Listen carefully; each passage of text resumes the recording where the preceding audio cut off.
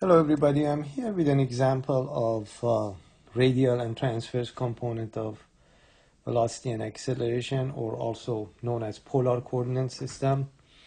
So in this problem, we are told that, or we are given that theta dot, rate of change of angle theta or angular velocity, is equal to 3 radians per second, but that's a constant actually. Basically that means theta double dot is equal to 0.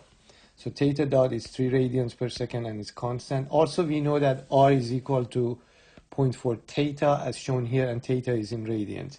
So what we have here, basically we have this slotted link which is pinned at O, right? And as a result of this constant angular velocity, it drives this peg P, right, for a short distance along this spiral guide. So this is the guide whose this radial position is given by this equation, r equal 0.4 theta. Again, theta is in radians. So what we want to find or determine is the radial component of velocity, transverse component of velocity, and similarly transverse component of acceleration and the radial component of acceleration for when theta equal pi over 3 radians. Of course, pi over 3 means 60 degrees, which is pretty much where this position is. So let me actually define first the radial axis and transverse axis. So radial axis, you guys remember that the way it was defined is just the extension of the radial position. So this is the r-axis, and at this instant, this is the theta axis perpendicular to that. That's where the peg is at this instant. Okay, so let's go ahead and find these things. So remember, theta dot is 3 radians per second and is constant. Therefore, theta double dot is equal to 0. R is 0.4 theta. R dot becomes 0.4 theta dot. So let's go ahead and find R and R dot at this angle. So 0.4 times pi over 3, that's about 0.4189, I believe. Let me just calculate this for you, just quickly. Sorry, guys. 0.4 times pi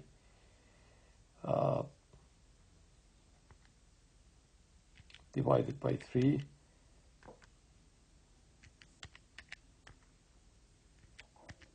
is 0.4189, yeah, roughly. So that would be in meters. And R dot would be 0.4 times theta dot, which is 3 radians per second. So that's 1.2 meters per second.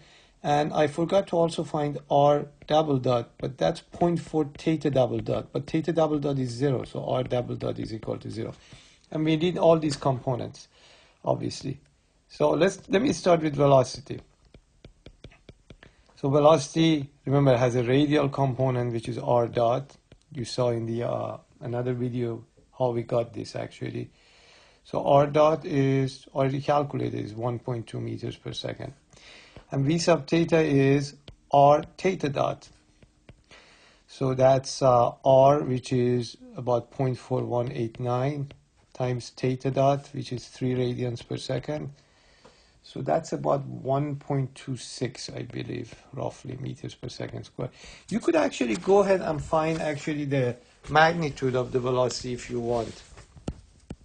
So that would be square root of VR squared plus V theta squared. So 1.2 squared plus 1.26 squared. That comes out to be about 1.74 meters per second squared. And to show you more or less, you see this is the velocity which is tangent to the path, right? And we have two components. The radial component is about 1.2. So sorry guys, I'm moving this. So my graph is moving. So this is the 1.2. And the transverse component is 1.6. So this is the 1.2, this is the 1.6, and this V is the 1.74, the magnitude. Okay? Okay, let's go and take care of acceleration. Acceleration, remember, has two components. It has a radial component, which is r theta double dot minus r theta dot squared. So if you do the plug-in, r theta double dot is 0 actually, minus r. Remember, at this angle is 0.4189, right? Times theta dot, which is 3 squared. So this happens to be about 3.77 negative. Unit would be meters per second squared. And a sub theta, again from previous videos you've seen this, comes out to be r theta double dot plus 2r dot theta dot. Now, of course, theta double dot is 0, so 2r dot, r dot is right here, 1.2. The theta double dot is 3. So this becomes about 7.2, or exactly 7.2. Again, I can go ahead and find the magnitude of acceleration. That would be square root of AR squared, which is 3.77 squared plus 7.2 squared, right? And this would be the magnitude, which happens to be about 8 something. Let's see. That comes out to be about 8.01, a little bit more than 8 meters per second squared. That's the magnitude of it. Let's see if we can show the same thing here. Let me actually erase this for you guys and see if I can show you the acceleration. Remember, this is the radial axis, right? This is the transverse axis, right? So two components of acceleration. The radial one is negative, so it's acting like this. It's about 3.77. The transverse component is positive, so this is the 3.77. Transverse component is twice that, so it's more like this, 7.2. The magnitude of acceleration that I calculated for you is this guy. That's the 8.01. Okay? So remember, this acceleration, this 8.01 in XY coordinate system will have an X component of acceleration, Y component of acceleration, but the magnitude would be the same. In NT coordinate system would be the same story. We'll have a normal acceleration and tangential, a normal component of acceleration and tangential, but the magnitude would be always the same. Same also goes with velocity.